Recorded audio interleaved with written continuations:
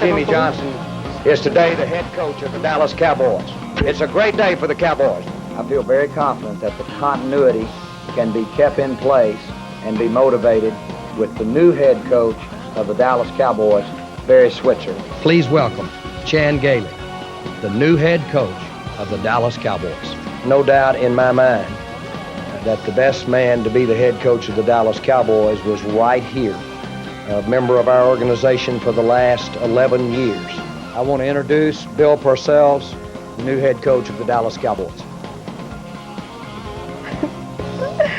Oh, that is outstanding. Hey, John, I got goosebumps on that. Didn't you? No, I'm all right with it. All right. Well, Cowboy fans, what about them? They no longer have to crave tuna.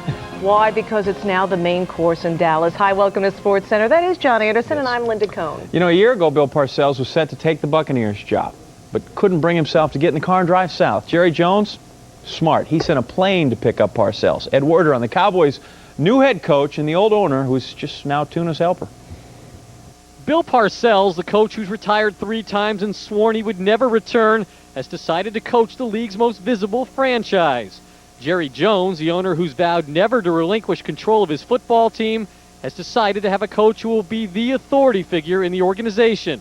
One was motivated by boredom, the other by desperation, and both by the opportunity to win.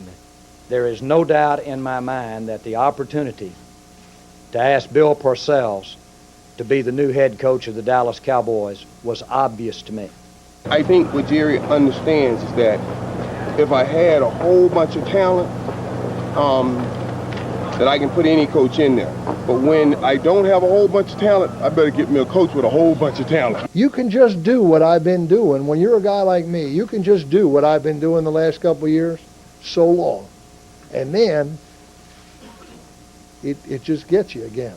The partnership of one of the league's strongest coaching personalities and its most involved owner will be unique for both. As it evolves, the relationship between Parcells and Jones will be the subject of fascination and scrutiny. Obviously, there will be changes here. There isn't any doubt about that. When someone new comes in, there are going to be differences. It's not going to be status quo. I understand, firstly, that I'm an employee of the Dallas Cowboys and that we have an owner in place. And we have entered into a partnership. I do know that if there were ever anything that were to come down to where there were disagreements, which I don't think there will be, that the ownership would prevail in that regard, and I readily accept that. He loves football. I love football. I've made a lot of mistakes. You know I have. I am not going to grow careless with this relationship. I'm going to do everything within my power, my effort, my heart, as well as my resources to make this go.